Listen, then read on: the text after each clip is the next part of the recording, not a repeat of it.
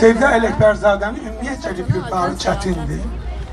Yalnız onun qarşısına çıxan Aytən, mən Aytən səni gördüm, yəni mat qaldım. Yəni özümə maşallah, maşallah, maşallah. Mən dedim səni yaddan salmışam, sən məni yaddan salmışsan, bir şey getdim. Daha mən səni görməyəcəm. Amma səni bu məkanda görəndə o səsi gizlətmək olmaz Aytən. Mən sənə bir profesör kimi demirəm ha. O səs səndə var, o səs hər kəsdə ola bilməz. Hər adam da mikrofon götürüb oxuya bilmir ömrüm. Hər adam bıçaq altına girə bilməz, hər adam həkim ola bilməz.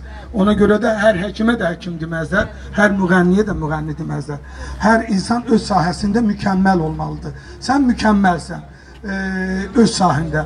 O şeyləri yaddan çıxartmaq lazımdır, sponsoru Allah öldürsün. Sponsorlar lazım deyil. Bizim hamımızın sponsoru Allah'dır. Ya Allah dinən işi ilə məşğul ol, işi ilə məşğul ol. Bəli, bəli. Və mən səndən xahiş eləyəcəm, bir dənə lezvalı mahnı oxuyuram. Sənə verəcəm mikrofonu. İstəyirəm bir mahnı da olsa, nə oxuyursan oxu, qoy sənin səsi eşitsin bu cəmaət. Bəli, bəli. Qoy səsi eşitsin ömrüm.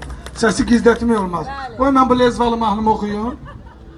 Səsi çılmır səhər, sənsiz ömür bir kədər, eşqim uçsuz, ləpələr sonsuz, sema ulduzsuz.